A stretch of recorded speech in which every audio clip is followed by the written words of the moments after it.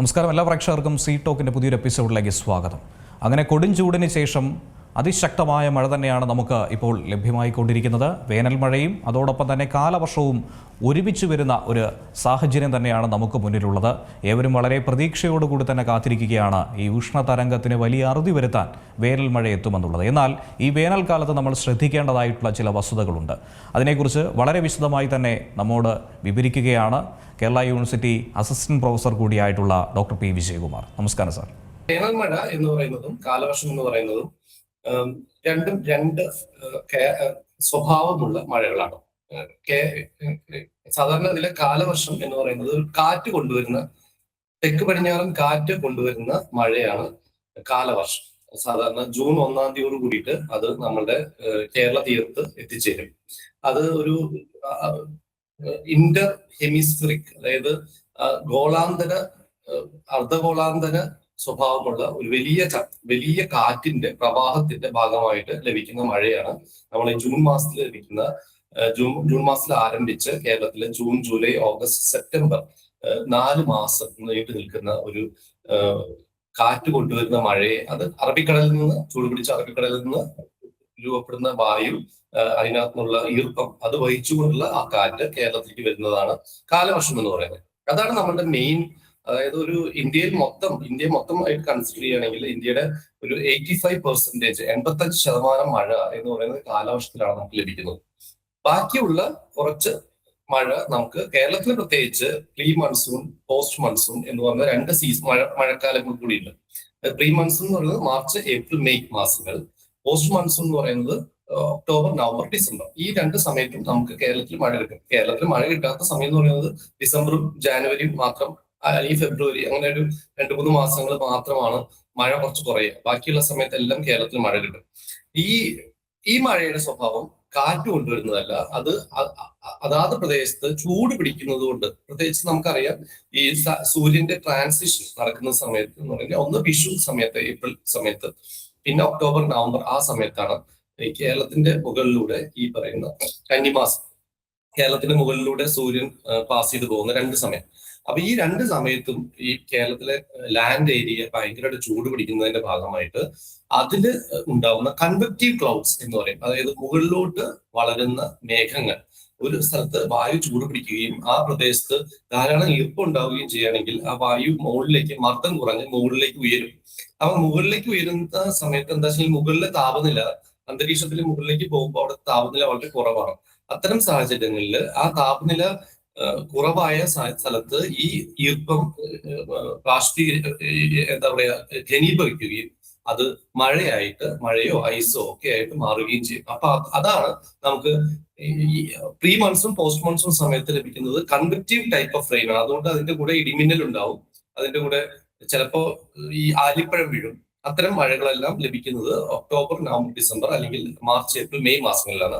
കാലവർഷം എന്ന് പറയുന്നത് ഉയരം കുറഞ്ഞ, ശരാശരി ഉയരമുള്ള ഒരു 8 കിലോമീറ്റർ, 10 കിലോമീറ്റർ ഒക്കെ ഹൈറ്റ് മാത്രം വരുന്ന കുമുലോ നിംബസ്, അല്ലെങ്കിൽ കുമുലോ നിംബസ് അല്ല, നിംബോ സ്ട്രാറ്റസ് ക്ലൗഡ്സ് എന്ന് പറയും. അതായത് പരന്ന ഷീറ്റ് പോലെയുള്ള കട്ടിയുള്ള നല്ല കറുത്ത മേഘങ്ങൾ ആണ് നമുക്ക് മഴ കൊണ്ടുവരുന്നത്. ആ മഴ കാറ്റാണ് കൊണ്ടുവരുന്നത് കൊണ്ട് തന്നെ രാവിലെ മുതൽ വൈകിട്ട് വരെ തുടർച്ചയായിട്ട് പെയ്യാം, രാത്രി മുഴുവൻ പെയ്യാം. പക്ഷെ സാധാരണ ഇതിൽ pre monsoon, post monsoon rain പകൽ പെയ്യാതെ രാത്രി അല്ലെങ്കിൽ ഈവനിങ്ങില്, വൈകുന്നേരങ്ങളിൽ കൂടുതൽ കേന്ദ്രീകരിച്ച് പെയ്യുന്ന ഒരു പ്രവണതയാണ് ഉള്ളത്. ഇപ്പോൾ നിലവിൽ മഴ പെയ്യുന്നൊരു സാഹചര്യത്തിൽ തന്നെ ഏറ്റവും അപകടകാരിയായി നമ്മൾ ചൂണ്ടിക്കാണിക്കുന്ന, ഏറ്റവും അധികം സൂക്ഷിക്കണമെന്ന് പലപ്പോഴും പറയുന്നത് ഇടിമിന്നലിനെ പറ്റിയാണ്. ഇതിനോടകം തന്നെ നമുക്ക് ഒട്ടനവധി ജീവൻ നഷ്ടപ്പെട്ട വാർത്തകൾ ദിവസേന കാണുന്നുണ്ട്. അപ്പോൾ ഇടിമിന്നൽ എങ്ങനെയാണ് അപകടകാരിയാകുന്നത്? എങ്ങനെ അതിൽ നിന്ന് നമുക്ക് രക്ഷപ്പെടാൻ സാധിക്കും? എന്തുകൊണ്ടാണ് ഇടിമിന്നലിനെ ഇത്രയധികം അപകടകാരി എന്ന് പറയുന്നത്? അതായത് നമ്മൾ ഈ ഇടിമിന്നൽ മേഘങ്ങൾ എന്ന് പറയുന്നത് ഞാൻ നേരത്തെ ക്യുമുലോ നിംബസ് മേഘങ്ങളാണ്. മുകളിലോട്ട് ഉയരുന്ന മേഘങ്ങൾ വലിയ ഉയരത്തിലേക്ക് എത്തും. അതിന്റെ ക്ലൗഡ് ടോപ്പ് എന്ന് പറയുന്നത് ഏകദേശം ഒരു 10, 16 അല്ലെങ്കിൽ 18 കിലോമീറ്റർ വരെയൊക്കെ ഹൈറ്റിലേക്ക് എത്തും. അപ്പൊ നമുക്കറിയാം, നമ്മുടെ ഈ ഭൂമധ്യരേഖാ പ്രദേശത്ത് ഒരു 5 കിലോമീറ്റർ മുകളിലേക്ക് പോയി കഴിഞ്ഞിട്ടുണ്ടെങ്കിൽ ഓരോ കിലോമീറ്റർ മുകളിലോട്ട് പോകുമ്പോഴും ഒരു 6.5 ഡിഗ്രി സെൽഷ്യസ് ടെമ്പറേച്ചർ കുറയും. ഒരു 5 കിലോമീറ്റർ ഒക്കെ എങ്ങനെ മുകളിലേക്ക് പോയി കഴിഞ്ഞിട്ടുണ്ടെങ്കിൽ എന്ത് സംഭവിക്കുമെങ്കിൽ അവിടെ പിന്നെ 0 ഡിഗ്രി സെൽഷ്യസ് ആവും. അപ്പോൾ 0°C മുകളിൽ നമുക്ക് സൂപ്പർ കൂൾഡ് വാട്ടറും അതുപോലെ തന്നെ ഈ പറയുന്ന ഐസ് ക്രിസ്റ്റൽസും രൂപപ്പെടും. ഇത്തരം ഐസ് ക്രിസ്റ്റൽസും പിന്നെ വിഗ്രസ് ആയിട്ടുള്ള വിൻഡ് ഉണ്ടാവും, ശക്തമായ കാറ്റ്, up drafts and down drafts എന്നൊക്കെ പറയുന്ന നമ്മൾ തിയറിയിൽ പറയുന്ന സംഭവം. അത്തരം കാറ്റില് ഈ മഴത്തുള്ളികളും ഈ പറയുന്ന ഐസ് ക്രിസ്റ്റൽസും എല്ലാം കൂടിയിട്ട് പരസ്പരം ഉരയുന്നതിന്റെ ഭാഗമായിട്ട് ഒരു ഘർഷണത്തിന്റെ ഭാഗമായിട്ട് ഈ സ്റ്റാറ്റിക് ഇലക്ട്രിസിറ്റി രൂപപ്പെടും. ഈ സ്റ്റാറ്റിക് ഇലക്ട്രിസിറ്റിയിൽ എന്ന് സംഭവിക്കുന്ന വെച്ചാൽ ഐസ് കണങ്ങളിൽ നിന്ന് ഒരു ഇലക്ട്രോൺ നഷ്ടപ്പെട്ട് അത് ആ മേഘത്തിലെ വെള്ളത്തുള്ളികളിലേക്ക് കിട്ടും. അപ്പൊ ഇലക്ട്രോണിനൊക്കെ വളരെ വെയിറ്റ് കുറവാണെങ്കിൽ പോലും ഇൻഎഫക്റ്റൻസ് സംഭവിക്കുന്ന ഈ ഐസ് കല്ലുകൾ സ്വാഭാവികമായിട്ട് മുകളിലാണ് രൂപപ്പെടുക. അതിന്റെ വെയിറ്റ് കുറച്ച് കുറഞ്ഞുകൊണ്ട് അത് മുകളിലേക്ക് പോകും. അപ്പൊ ഈ ഒരു ഇലക്ട്രോൺ അഡീഷണൽ ആയിട്ട് കിട്ടിയിട്ടുള്ള ഈ വെള്ളത്തുള്ളികള് ഈ മേഘത്തിന്റെ താഴെ ഭാഗത്ത് കേന്ദ്രീകരിച്ച് നിൽക്കും.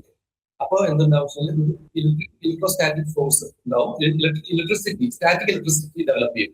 അതായത് മേഘത്തിന്റെ താഴ്ഭാഗത്ത് നെഗറ്റീവ് ചാർജും മേഘത്തിന്റെ മുകൾ ഭാഗത്ത് പോസിറ്റീവ് ചാർജും ഉണ്ടാവുന്ന ഒരു സാഹചര്യം ഉണ്ടാവും. അപ്പൊ ഈ നെഗറ്റീവ് ചാർജ് ഒരു മേഘത്തിന്റെ മുകളിൽ ഉണ്ടാകുമ്പോൾ നമ്മുടെ ഭൂമിയുടെ മുകളിലാണ് ഒരു ക്ലൗഡ് ബേസ് എന്ന് പറയുന്നത് 2-3 കിലോമീറ്റർ ഉയരത്തിലാണെങ്കിൽ പോലും അതിനോട് പ്രതികരിക്കാൻ വേണ്ടിയിട്ട് ഭൂമിയുടെ ഉപരിതലത്തിൽ ഒരു പോസിറ്റീവ് ചാർജ് ഫോം. അപ്പൊ ഈ പോസിറ്റീവ് ചാർജും ഈ മേഘത്തിന്റെ അടിവശത്തുള്ള നെഗറ്റീവ് ചാർജും തമ്മിൽ ഒരുപാട് ആ എനർജി അങ്ങ് ഒരുപാട് കൂടി കഴിയുമ്പോൾ അത് തമ്മിൽ ഡിസ്ചാർജ് സംഭവിക്കും. അതാണ് ഇടിമിന്നൽ. ഇടിമിന്നലിൽ ഭയങ്കര ശക്തമായിട്ടുള്ള എനർജിയാണ് കൈമാറ്റം ചെയ്യപ്പെടുന്നത്. മേഘത്തിന്റെ ഉള്ളിൽ ക്ലൗഡ് ടു ക്ലൗഡ് ഇതുണ്ട്, ലൈറ്റ്നിങ് ഉണ്ട്. അതുപോലെ ക്ലൗഡ് ടു ഗ്രൗണ്ട് ലൈറ്റ്നിങ്.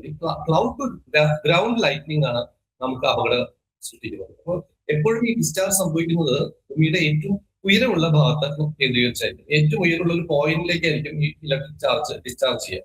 അപ്പോ നമ്മളൊരു പാടത്ത് ഒരു ഒരു നിരപ്പായ പ്രദേശത്ത് ഒരു ചെറിയ മരം മാത്രം ഉണ്ടെന്ന് വിചാരിച്ചു. ഈ മരത്തിന്റെ ടോപ്പിലേക്കായിരിക്കും ഈ ഡിസ്ചാർജ് സംഭവിക്കുക. അതുപോലെ തന്നെ ഉയരം കൂടിയ പ്രദേശങ്ങൾ കേന്ദ്രീകരിച്ചായിരിക്കാം, അല്ലെങ്കിൽ ഒരു കൂട്ടത്തിലുള്ള ഏറ്റവും ഉയരമുള്ള കെട്ടിടത്തെ കേന്ദ്രീകരിച്ചായിരിക്കാം ലൈറ്റ്നിങ് സംഭവിക്കുക. അതാണ് ഈ ലൈറ്റ്നിങ്ങിന്റെ സംഭവത്തിൽ നമ്മൾ ശ്രദ്ധിക്കേണ്ട കാര്യം എന്ന് വെച്ച് കഴിഞ്ഞാൽ, നമ്മൾ തുറസായ സ്ഥലങ്ങളിൽ നമ്മൾ നിൽക്കുമ്പോൾ നമ്മളല്ല അതിനേക്കാൾ ഉയരമുള്ള സ്ഥലങ്ങൾ അവിടെ ഉണ്ടെന്ന് ഉറപ്പുവല്ലോ. അല്ലെങ്കിൽ നമ്മൾ അപ്പൊ തന്നെ വെളിയായിട്ടുള്ള മറ്റേ തുറസായ സ്ഥലത്ത് നിന്ന് ഇൻഡോറിലേക്ക് എന്തെങ്കിലും കെട്ടിടങ്ങളുടെ ഉള്ളിലേക്കോ ഒക്കെ മാറേണ്ട ഒരു സാഹചര്യം. അതാണ് ഒന്നാമത്തെ പ്രിപ്പറേഷൻ. രണ്ടാമത് നമുക്ക് ഒന്നും ചെയ്യാൻ പറ്റില്ല. നമ്മൾ വളരെ തുറസായ സ്ഥലത്താണ് ഇടിമിന്നൽ ആരംഭിക്കുന്നു എന്ന് കണ്ടു കഴിഞ്ഞിട്ടുണ്ടെങ്കിൽ നമ്മുടെ തൊട്ടടുത്ത് ഇടിമിന്നുന്ന ഒരു സംഭവം, അതായത് ഇടി വെട്ടുന്നത് ശബ്ദവും അതിന്റെ ലൈറ്റിനിങ്ങും വെളിച്ചവും ആ ശബ്ദവും തമ്മിലുള്ള അകലം വളരെ കുറവാണ്. ഒരു 3 സെക്കൻഡ് 4 സെക്കൻഡ് ഒക്കെ ഉള്ളൂ എങ്കിൽ നമ്മുടെ തൊട്ടടുത്ത് തന്നെ ആയിരിക്കാം ഈ പറയുന്ന ലൈറ്റിനിങ് സംഭവിച്ചിട്ടുണ്ടായിരിക്കുക. അപ്പൊ അങ്ങനെയാണെങ്കിൽ നമ്മൾ എന്ത് ചെയ്യണം, അവിടെ ചുരുണ്ടുകൂടി ഒരു പന്ത് പോലെ ഇരിക്കണം എന്നുള്ളതാണ് നമ്മൾ ഉദ്ദേശിക്കുന്ന സംഭവം. അതല്ലെങ്കിൽ എന്തായാലും ഒരു വലിയ ഉയരം കൂടിയ മരത്തിന്റെ താഴെ നമ്മൾ ഒരിക്കലും അഭയം പ്രാപിക്കരുത്. കാരണം ഉയരം കൂടിയ സ്ഥലങ്ങൾ ടാർഗറ്റ് ചെയ്തിട്ടാണ് ഈ ലൈറ്റ്നിങ് വരാൻ സാധ്യത. അപ്പൊ അത്തരം ചില ശ്രദ്ധകളാണ് നമ്മൾ ചെയ്യേണ്ടത്. തീർച്ചയായിട്ടും അതുകൊണ്ട് തന്നെയാണ് ഇടിമിന്നലേറെ അപകടകാരിയാണെന്ന് കൂടി പറയുന്നത്. ഇനി മറ്റ് ചില പദങ്ങൾ, അതായത് ഈ മഴയോടൊപ്പം തന്നെ നമ്മൾ എപ്പോഴും കേൾക്കാറുള്ളത്, അതല്ലെങ്കിൽ കനത്ത ചൂടിനോടൊപ്പം തന്നെ കേൾക്കാറുള്ള ചില പദങ്ങളാണ് എൽനിനോ, ലാനിനോ എന്നൊക്കെ ഉള്ളത്.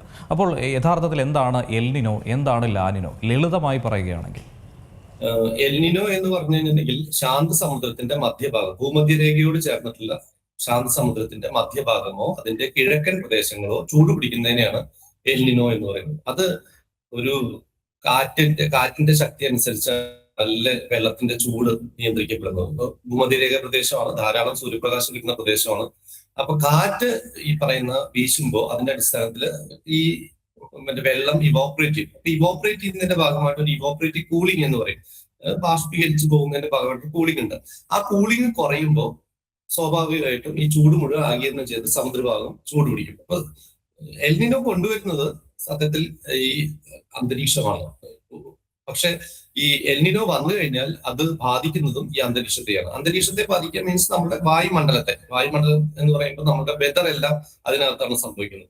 അപ്പൊ ഏറ്റവും സിംപ്ലസ്റ്റ് ആയിട്ടുള്ള രീതിയിൽ പറയുകയാണെങ്കിൽ ശാന്തസമുദ്രത്തിന്റെ മധ്യഭാഗം, കിഴക്കൻ ഭാഗം ഒക്കെയുള്ള ഭൂമധ്യരേഖ പ്രദേശത്തോട് ചേർന്നുള്ള പ്രദേശം ചൂട് പിടിക്കുന്നതിനെയാണ് എൽനിനോ എന്ന് പറയുന്നത്. അതിന്റെ കൗണ്ടറായിട്ട് ചില സമയങ്ങളിൽ അത് തണുക്കും ക്രമാതീതമായിട്ട്, അല്ലെങ്കിൽ സാധാരണയിലേക്കാൾ വളരെയധികം തണുത്തു പോകും. അതിനെയാണ് ലാനിന എന്ന് പറയുന്നത്. എൽനിനോയും ലാനിനയും ഒക്കെ ഈ ലോകത്തിന്റെ വിവിധ പ്രദേശങ്ങളിലെ കാലാവസ്ഥയെ നിയന്ത്രിക്കും. അപ്പൊ നിയന്ത്രിക്കുക മീൻസ് അല്ലെങ്കിൽ അതിനെ ബാധിക്കും. അപ്പൊ ചില സ്ഥലങ്ങളിൽ അത് അനുകൂലമായിട്ടും ചില സ്ഥലങ്ങളിൽ പ്രതികൂലമായിട്ടും മാറി. ഉദാഹരണത്തിന് എൽനിനോ രൂപപ്പെട്ട് കഴിഞ്ഞാൽ അത് ഇന്ത്യൻ സമ്മർ മൺസൂണിനെ പ്രതികൂലമായിട്ടാണ് ബാധിക്കുക. അതായത് നമ്മളുടെ മഴക്കാലത്തെ കാലവർഷത്തിന്റെ ശക്തി കുറയ്ക്കുക എന്നുള്ള ഒരു പണിയാണ് ഈ പറയുന്ന എൽനിനോ എടുക്കുക. അതേസമയം ലാനിന ഈ ഇന്ത്യൻ ഉപഭൂഖണ്ഡത്തിലെ കാലവർഷത്തെ എൻഹാൻസ്, അതായത് കൂടുതൽ മഴ നമുക്ക് ലഭിക്കാനുള്ള സാഹചര്യം ഒരുക്കും. അപ്പൊ ഇതാണ് എൽനിനോ ലാനിന എന്ന് പറയുന്നത്. എൽനിനോ ലാനിന എന്നത് വളരെ നാച്ചുറൽ ആയിട്ടുള്ള പ്രതിഭാസമാണ്. വളരെ കൃത്യമായിട്ട് അതൊരു 2 മുതൽ 7 വരെയുള്ള ഇടവേളകളിൽ, വർഷങ്ങളുടെ ഇടവേളകളിൽ റിപ്പീറ്റഡ് ആയിട്ട് മാറി മാറി വരുന്ന പ്രതിഭാസമാണ്. അതിന് നമുക്ക് നിയന്ത്രിക്കാനുള്ള ഒരു കെൽപ്പുമില്ല. കാരണം എന്ന് വെച്ചാൽ അത് മനുഷ്യനിർമ്മിതമായിട്ടുള്ള പ്രതിഭാസമല്ല, അത് പ്രകൃതിയാലുള്ള ഒരു സംഭവമാണ്. അതിന്റെ ഇന്റൻസിറ്റി കൂട്ടുന്നതിൽ ഇപ്പോൾ ആഗോള താപനം ഒരു കാരണമായിട്ടുണ്ട് എന്ന് ചില പഠനങ്ങൾ ചൂണ്ടിക്കാണിക്കുന്നു.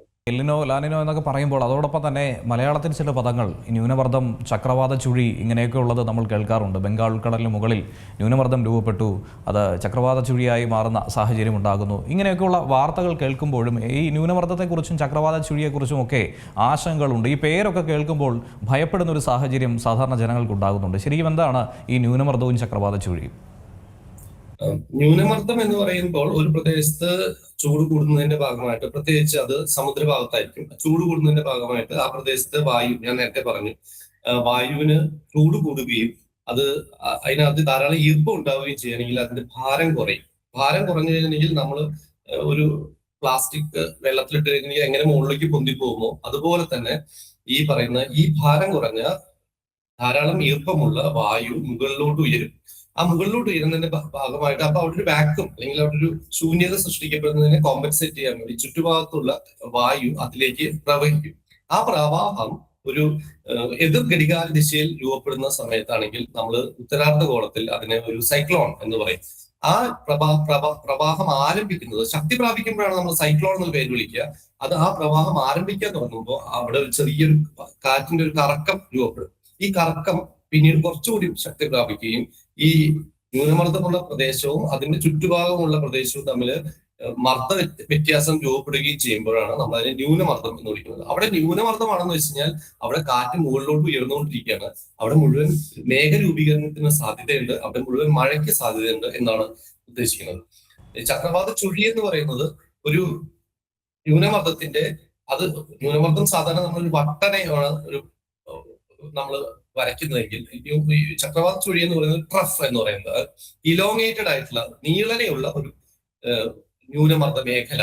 ചില സമയങ്ങളിൽ അത് കൂടുതൽ രൂപപ്പെടുന്നത് കരഭാഗങ്ങളിലാണ്, ലാൻഡ് ഏരിയാസിലാണ്. അത്തരം ഒരു സംഭവത്തെയാണ് നമ്മൾ സാധാരണ രീതിയിൽ ഒരു ചക്രവാത ചുഴി എന്ന് വിളിക്കുന്നത്. നമ്മൾ കേരളത്തെ സംബന്ധിച്ചിടത്തോളം കേരളത്തെ കാലാവസ്ഥയെ പ്രത്യേകിച്ച് ഈ പറയുന്ന പ്രീ മൺസൂൺ പോസ്റ്റ് മൺസൂൺ സീസണിൽ സ്വാധീനിക്കാനായിട്ട് ധാരാളം ഈ ന്യൂനമർദ്ദങ്ങൾ അറബിക്കടലിലോ ബേ ഓഫ് ബംഗാളിലോ ഈ 2 പ്രദേശത്തും രൂപപ്പെടുന്ന ന്യൂനമർദ്ദങ്ങൾ കേരളത്തിന്റെ കാലാവസ്ഥയെ മഴയെ സ്വാധീനിക്കും. കേരളത്തിലെ അന്തരീക്ഷത്തിന്റെ ആകാശത്തിന്റെ കാലാവസ്ഥ നിയന്ത്രിക്കുന്നതിൽ ഇതിന് നിർണായകമായ പങ്കുണ്ട്. അതുപോലെ തന്നെ നമ്മളുടെ വെസ്റ്റ് കോസ്റ്റ്, അതായത് ഇന്ത്യയുടെ പടിഞ്ഞാറൻ തീരത്തോടനുബന്ധിച്ച് നമുക്ക് മിക്കവാറും പ്രീ മൺസൂൺ പോസ്റ്റ് മൺസൂൺ സീസണിലൊക്കെ ട്രഫുകൾ രൂപപ്പെടാറുണ്ട്. ഈ ട്രഫുകൾ എന്ന് വെച്ചാൽ അന്തരീക്ഷ ചുഴി എന്ന് പറയുന്ന സംഭവം, ന്യൂനമർദ്ദത്തിന്റെ ഒരു ഇലോങ്ങേറ്റഡ് നീളനെയുള്ള ന്യൂനമർദ്ദ മേഖല അത് രൂപപ്പെടും. അതിന്റെ ഭാഗമായിട്ട് നമുക്ക് കേരളത്തിൽ ധാരാളം മഴ ലഭിക്കാറുണ്ട്. പ്രീ മൺസൂൺ പോസ്റ്റ് മൺസൂൺ സീസണിലാണ് ഇത് കൂടുതലായിട്ട് നമുക്ക് അനുഭവപ്പെടുന്നത്. അതുപോലെ തന്നെ ഈ അടുത്ത കാലങ്ങളിലായി ഏറ്റവും അധികം തീരദേശ മേഖലയിലുള്ളവരെ ആശങ്കപ്പെടുത്തുന്ന ഒരു കാര്യം കള്ളക്കടൽ പ്രതിഭാസമാണ്. കള്ളക്കടൽ പ്രതിഭാസമുള്ളത് കൊണ്ട് വിനോദസഞ്ചാരികൾക്കടക്കം കടൽ കേന്ദ്രീകരിച്ചുള്ള വിനോദത്തിലും മറ്റുമൊക്കെ ഏർപ്പെടുന്നതിനുള്ള വിലക്ക് ഏർപ്പെടുത്തുന്ന സാഹചര്യം ഉണ്ടാകുന്നു. മത്സ്യത്തൊഴിലാളികളെ സംബന്ധിച്ച് ആശങ്ക ഉണ്ടാക്കുന്നു. അപ്പോൾ ഈ കള്ളക്കടൽ പ്രതിഭാസം എന്താണ് ആ പേര് കൊണ്ട് അർത്ഥമാക്കുന്നത്? കള്ളക്കടൽ പ്രതിഭാസം എന്ന് പറയുമ്പോൾ ആ പേര് കൊണ്ട് അർത്ഥമാക്കുന്നത്, ആ പേര് ഉദ്ദേശിക്കുന്നത് പോലെ തന്നെ കള്ളന്മാരെപ്പോഴാണ് വരുന്നത്? കള്ളന്മാരിൽ എപ്പോഴും വരുന്നത് രാത്രി ശാന്തമായിട്ട് എല്ലാവരും കിടന്ന് ഉറങ്ങുന്ന സമയത്ത്, ആരും പ്രതീക്ഷിക്കാത്ത സമയത്താണ്, അല്ലെ? അപ്പൊ അതുപോലെ തന്നെയാണ് ഈ പ്രതിഭാസം സംഭവിക്കുന്നത്. അതായത് ഒരു കടൽക്ഷോഭം, ആ കടൽക്ഷോഭം സംഭവിക്കുന്നത് സാധാരണഗതിയിൽ കടലിൽ പോകുന്ന ആളുകളായിരിക്കും, കടൽ തീരത്ത് ഈ കടൽക്ഷോഭത്തിന്റെ അല്ലെങ്കിൽ കള്ളക്കടലിന്റെ പ്രതിഭാസത്തിന്റെ ഭാഗമായിട്ട് ദുരന്തങ്ങൾ അനുഭവിക്കുന്ന ആളുകളെല്ലാം മിക്കവാറും കടലിൽ മത്സ്യബന്ധനങ്ങൾക്ക് പോകുന്ന ആളുകളായിരിക്കും. അപ്പൊ അവർക്ക് കടലിന്റെ സ്വഭാവം അറിയാം, കാറ്റ് വീശുന്നതിന്റെ സ്വഭാവം അറിയാം, മഴ രൂപീകരണം എങ്ങനെ സംഭവിക്കുന്നു, എന്താണ് പ്രശ്നം ഉണ്ടാവുന്നത് എന്നൊക്കെ അറിയാം. ഇതൊന്നും ഒരു പ്രശ്നമില്ലാത്ത സമയത്ത്, കടൽ വളരെ ശാന്തമായിരിക്കുന്ന സമയത്ത് പെട്ടെന്ന് ഉണ്ടാവുന്ന അപ്രതീക്ഷിതമായിട്ടുള്ള ഒരു കടൽക്ഷോഭത്തെയാണ് കള്ളക്കടൽ എന്ന് വിളിക്കുന്നത്. അതിന്റെ കാരണം എന്ന് പറയുന്നത് ഈ തീരത്ത് നിന്നും 10,000-കണക്കിന് കിലോമീറ്ററുകൾക്ക് അകലെ, മിക്കവാറും ഇന്ത്യയിലാണ് സംഭവിക്കുന്നത്. ഇന്ത്യയിലെ സദേൺ ഇന്ത്യൻ ഓഷനിൽ, ഭൂമധ്യരേഖയുടെ താഴെയുള്ള ഇന്ത്യൻ ഓഷനിൽ രൂപപ്പെടുന്ന ശക്തമായ ന്യൂനമർദ്ദങ്ങളും അത് ചുഴലിക്കാറ്റുകളായിട്ട് മാറിയിട്ട് ശക്തമായ ചുഴലിക്കാറ്റുകൾ രൂപപ്പെടുകയൊക്കെ ചെയ്തിട്ട് ആ ചുഴലിക്കാറ്റുകൾ അതിലൂടെ പോകുന്നുണ്ടാവും. പക്ഷെ സദേൺ ഇന്ത്യൻ ഓഷൻ എന്ന് പറയുന്നത് ലീസ്റ്റ് ആളുകൾ സഞ്ചരിക്കുന്ന, ഏറ്റവും കുറവ് ആളുകൾ സഞ്ചരിക്കുന്ന പ്രദേശമാണ്. അതിലൂടെ ഫ്ലൈറ്റ് ഇല്ല. അവിടെ രൂപപ്പെടുന്ന സൈക്ലോണുകളൊക്കെ നമുക്ക് അറിയാൻ വേണ്ടിയിട്ട് സാറ്റലൈറ്റ് സംവിധാനങ്ങളുണ്ട്. പക്ഷെ അതിനെ കുറിച്ച് അറിയാനായിട്ട് തീരപ്രദേശത്തുള്ള ആളുകൾക്കൊന്നും ഒരു മാർഗമില്ല. ആ സൈക്ലോണുകൾ അതിലൂടെ പാസ് ചെയ്ത് കഴിഞ്ഞിട്ട് 6, 7 അല്ലെങ്കിൽ 8, 10 ദിവസം കഴിഞ്ഞ ശേഷമായിരിക്കാം ആ സൈക്ലോണിന്റെ ഭാഗമായിട്ട് രൂപപ്പെട്ട ഒരു വലിയ തിര അല്ലെങ്കിൽ തിരമാലകളുടെ ഒരു ശ്രേണി നമ്മളുടെ ഈ പറയുന്ന തീരപ്രദേശത്തേക്ക് എത്തുക. അപ്പൊ അത് അകലേന്ന് റിമോട്ട് ആയിട്ടുള്ള പ്രദേശങ്ങളിൽ രൂപപ്പെടുന്ന ചുഴലിക്കാറ്റുകൾ കൊണ്ടുവരുന്ന ഒരു തരംഗമാണ് ഈ പറയുന്ന കടൽക്ഷോഭം സൃഷ്ടിക്കുന്നത്. അത് നമ്മളുടെ ഈ പ്രദേശത്ത് സമുദ്രം വളരെ ശാന്തമായിരിക്കുമ്പോഴാണ് സംഭവിക്കുന്നത് എന്നുകൊണ്ടാണ് കള്ളക്കടൽ എന്നുള്ള പ്രതിഭാസം പേര് കൊടുത്തിരിക്കുന്നത്. ഇനിയിപ്പോൾ കള്ളക്കടൽ പറഞ്ഞ സാഹചര്യത്തിൽ കടലിനെ ചുറ്റിപ്പറ്റിയുള്ള മറ്റൊരു പദം കൂടിയുണ്ട്, ഇന്ത്യൻ ഓഷൻ ഡൈപോൾ എന്ന് പറയും. IOD കുറിച്ച് പറയുകയാണെങ്കിൽ എന്താണ് ഇന്ത്യൻ ഓഷൻ ഡൈപോൾ? അതെങ്ങനെയാണ് നമ്മുടെ കാലാവസ്ഥയെ സ്വാധീനിക്കുന്നത്?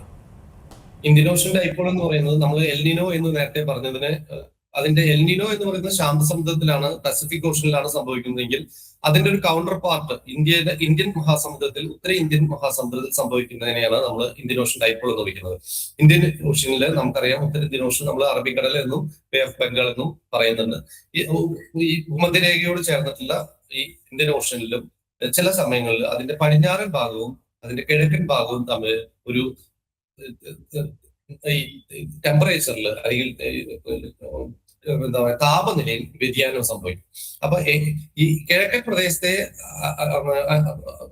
മറ്റേ കമ്പയർ ചെയ്തിട്ട് പടിഞ്ഞാറൻ ഭാഗം എന്ന് പറയുമ്പോൾ സൊമാലിയൻ തീരം അല്ലെങ്കിൽ ആഫ്രിക്കൻ തീരത്തോട് അടുത്ത് നമ്മളുടെ ഇന്ത്യൻ ഓഷൻ ചൂട് പിടിക്കുകയാണെങ്കിൽ അത് നമ്മുടെ മൺസൂണിനെ ഒരുപാട് ഫേവർ ചെയ്യും. അതായത് ചൂട് പിടിച്ച അറബിക്കടലിലൂടെ വായു പ്രവഹിക്കുമ്പോൾ കൂടുതൽ ഈർപ്പം അതിനകത്തേക്ക് നമുക്ക് ഉൾക്കൊള്ളാൻ സാധിക്കും, ആ കാറ്റിന് ഉൾക്കൊള്ളാൻ സാധിക്കും. അതുകൊണ്ട് തന്നെ കൂടുതൽ മഴ ഇന്ത്യൻ പശ്ചിമ തീരത്തും ഇന്ത്യയുടെ മെയിൻ ലാൻഡിലും കൂടുതൽ മഴ ലഭിക്കും. അത് പോസിറ്റീവ് ഇന്ത്യൻ ഓഷൻ ഡൈപോൾ എന്നാണ്, പോസിറ്റീവ് IOD എന്നാണ് ആ പ്രതിഭാസത്തെ പറയുന്നത്. അതായത് ഈ ഉത്തര ഇന്ത്യൻ ഓഷന്റെ പടിഞ്ഞാറൻ ഭാഗം ചൂട് പിടിക്കുന്നതിനെ പോസിറ്റീവ് ഇന്ത്യൻ ഓഷൻ എന്നും പടിഞ്ഞാറൻ ഭാഗം തണുത്തു പോകുന്നതിനെ നെഗറ്റീവ് ഇന്ത്യൻ ഓഷൻ ഡൈപോൾ എന്നും വിളിക്കും. ഈ നെഗറ്റീവ് ഇന്ത്യൻ ഓഷൻ ഡൈപോൾ വരുമ്പോൾ നമുക്ക് ഈ പറയുന്ന ഇന്ത്യൻ മറ്റേ മെയിൻ ലാൻഡിലേക്ക് വീശി വരുന്ന കാറ്റില് മറ്റേ വാട്ടർ കണ്ടന്റ് കുറവായിരിക്കും.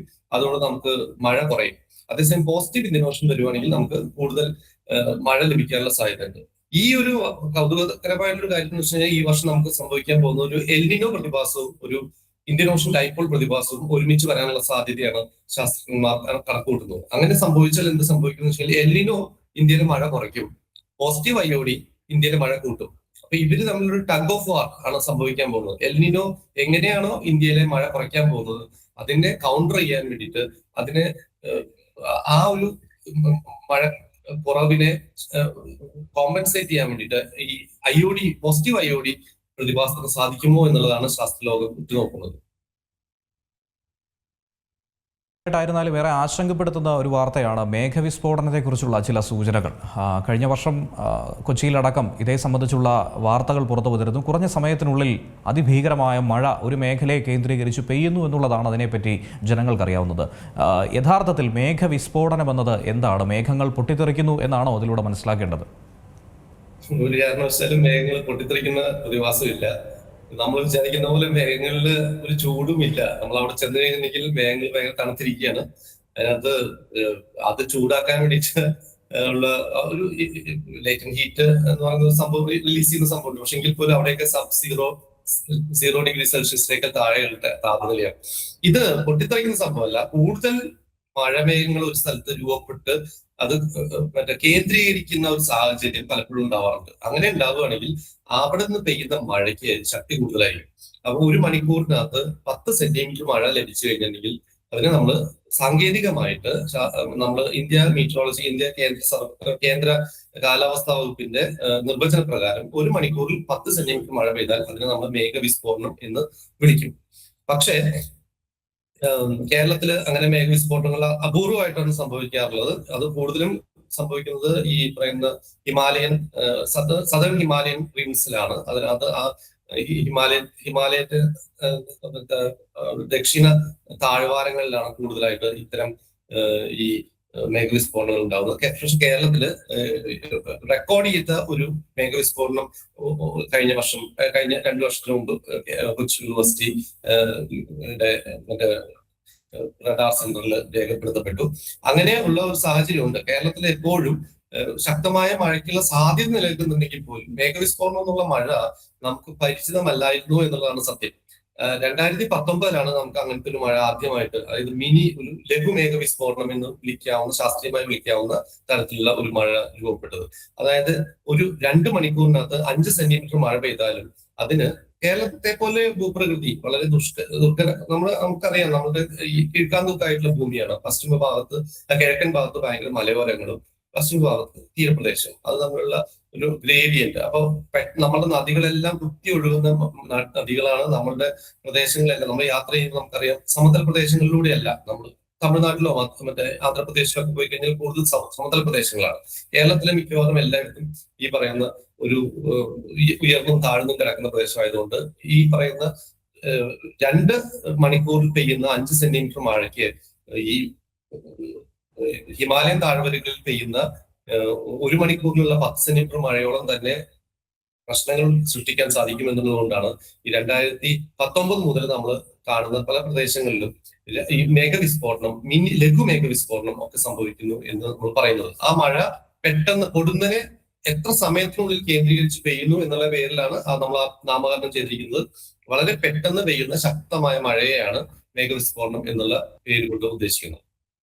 പറഞ്ഞതുപോലെ തന്നെ ആദ്യമായിട്ട് ഇത്തരം വാക്കുകൾ കേൾക്കുമ്പോൾ സൈബറിടത്തടക്കം പലരും ഇത്തരത്തിൽ മേഘങ്ങൾ പൊട്ടിത്തെറിക്കുന്നതാണ്, അങ്ങനെയുള്ള ചില തെറ്റായ ചിന്താഗതികൾ നിലനിൽക്കുന്നുണ്ട്. ഉറപ്പായും ഈ ഒരു താങ്കളുടെ സംഭാഷണത്തിലൂടെ ആ ഒരു വ്യക്തത പ്രേക്ഷകർക്ക് കിട്ടുമെന്ന് ഉറപ്പായി നമുക്ക് പ്രതീക്ഷിക്കാം. അതോടൊപ്പം ഒരു സംശയം കൂടി, അതായത് ആവർത്തിച്ച് കേൾക്കുന്നതാണ് മഴ മൂലമുണ്ടാകുന്ന വിപത്തുകൾ, ആപത്തുകൾ, ദുരന്തങ്ങൾ. അപ്പോൾ ഏറ്റവും പ്രധാനമായി നമ്മൾ എടുത്തു പറയേണ്ട ചില ദുരന്തങ്ങളും അതോടൊപ്പം അതിനെ എങ്ങനെ ചെറുക്കാൻ കഴിയും എന്നുള്ള ചില നിർദ്ദേശങ്ങൾ. മഴ പെയ്യുന്നതിന്റെ ഭാഗമായിട്ട് ഏറ്റവും ആദ്യമായിട്ട് നമ്മൾ വിചാരിക്കുന്നത് വെള്ളം പൊങ്ങാൻ ഉള്ള സാധ്യത. അതാണ് മഴ നേരിട്ടുള്ള ഉണ്ടാക്കുന്ന ഒരു ദുരന്തം. അതായത് നമ്മളുടെ ജലാശയങ്ങളും നമ്മളുടെ നദികളും ഒക്കെ വെള്ളം നിറയും, അതിന്റെ അപകട സാധ്യത വർദ്ധിക്കും. അതൊന്ന്. പിന്നെ കേരളത്തെ സംബന്ധിച്ചിടത്തോളം മഴ മൂലമുള്ള ഏറ്റവും കൂടുതൽ ചർച്ച ചെയ്യപ്പെട്ടുള്ളതും ഏറ്റവും നമ്മൾ അനുഭവിച്ചിട്ടുള്ളതായിട്ടുള്ള ദുരന്തം എന്ന് പറയുന്നത് ഉരുൾപൊട്ടലുകളാണ്. അപ്പൊ ഉരുൾപൊട്ടലുകൾക്ക് ട്രിഗറിങ് ആയിട്ട് അല്ലെങ്കിൽ അതിന് കാരണമായിട്ടുള്ള ഒരു സംഭവമായിട്ട് ഈ മഴ എപ്പോഴും പ്രവർത്തിക്കുന്നത്. മഴയുടെ ആധിക്യം അത് 2 രീതിയിൽ സംഭവിക്കാം. ശക്തമായുള്ള മഴ പെട്ടെന്ന് പെയ്താലും തുടർച്ചയായിട്ടുള്ള ദിവസങ്ങളിൽ മഴ പെയ്തിട്ട് പിന്നെ കുറച്ച് താരതമ്യേന ശക്തി കുറഞ്ഞതാണെങ്കിൽ പോലും ഒരു മഴ കൂടി പെയ്തു കഴിഞ്ഞിട്ടുണ്ടെങ്കിൽ ഈ പറയുന്ന ഭൂമി ഈ കുതിർന്നു കിടക്കുന്ന മലയോര പ്രദേശങ്ങൾ ഇങ്ങനെ ഇടിഞ്ഞു പോകാനായിട്ടുള്ള സാധ്യത. അതാണ് നമ്മൾ സാധാരണഗതിയിൽ ലാൻഡ് സ്ലൈഡ് അല്ലെങ്കിൽ മഡ് സ്ലൈഡ് എന്നൊക്കെ വിളിക്കുന്ന ഉരുൾപൊട്ടൽ എന്നൊക്കെ പറയുന്നത്. അതാണ് അടുത്ത സംഭവം. ഈ 2 സംഭവങ്ങൾ ഒന്നാമതായിരിക്കുമ്പോൾ നമ്മൾ കേരളത്തെ സംബന്ധിച്ചിടത്തോളം സമാധാനത്തോടെ ഇരിക്കേണ്ട ഒരു കാര്യം എന്ന് വെച്ചിട്ടുണ്ടെങ്കിൽ കേരളത്തിലേക്ക് ശക്തമായ കാറ്റിന്റെ ഭാഗമായിട്ടുള്ള അപകടങ്ങള് താരതമ്യേന കുറവാണ്. ഇപ്പൊ ചില സ്ഥലങ്ങളിൽ നമുക്ക് ശക്തമായ കാറ്റ് വീശി മേൽക്കൂര പറന്നുപോയി, ഈ പറയുന്ന ചില സ്ഥലങ്ങളിൽ ചുഴലി ഉണ്ടായി എന്നൊക്കെ കേൾക്കാമെങ്കിലും അത് ഏറ്റവും കുറവ് കേൾക്കുന്ന പ്രദേശങ്ങളിൽ ഒന്നാണ് കേരളം. കാരണം കേരളത്തിന്റെ പൊസിഷൻ എന്ന് പറയുന്നത് അതിലിരിക്കുന്നത് ഭൂമധ്യരേഖയോട് അടുത്തായതുകൊണ്ട് തന്നെ കേരളത്തില് സൈക്ലോൺ പോലത്തെ സംഭവങ്ങളൊന്നും അധികം നമുക്ക് അനുഭവിക്കേണ്ടി വരുന്നില്ല. ഇത് ഓക്കി എന്ന് പറയുന്ന ഒരു സംഭവം, ഒരു ചുഴലിക്കാറ്റ് കേരളത്തിന്റെ തെക്കൻ തീരത്തോട് അടുത്ത് വന്നു ഒരു പ്രാവശ്യം. അതൊഴിച്ചു കഴിഞ്ഞാൽ നമുക്ക് കേരളത്തെ നേരിട്ട് ബാധിക്കുന്ന ചുഴലിക്കാറ്റുകളൊന്നും ഉണ്ടായില്ല. അപ്പൊ കാറ്റിനെ നമ്മൾ കുറച്ച് കാണേണ്ടതില്ല. കാറ്റിൻ്റെതായിട്ടുള്ള പ്രശ്നങ്ങളുണ്ട്, പല സ്ഥലങ്ങളിൽ കൃഷിനാശങ്ങളൊക്കെ സംഭവിക്കുന്നുണ്ട്.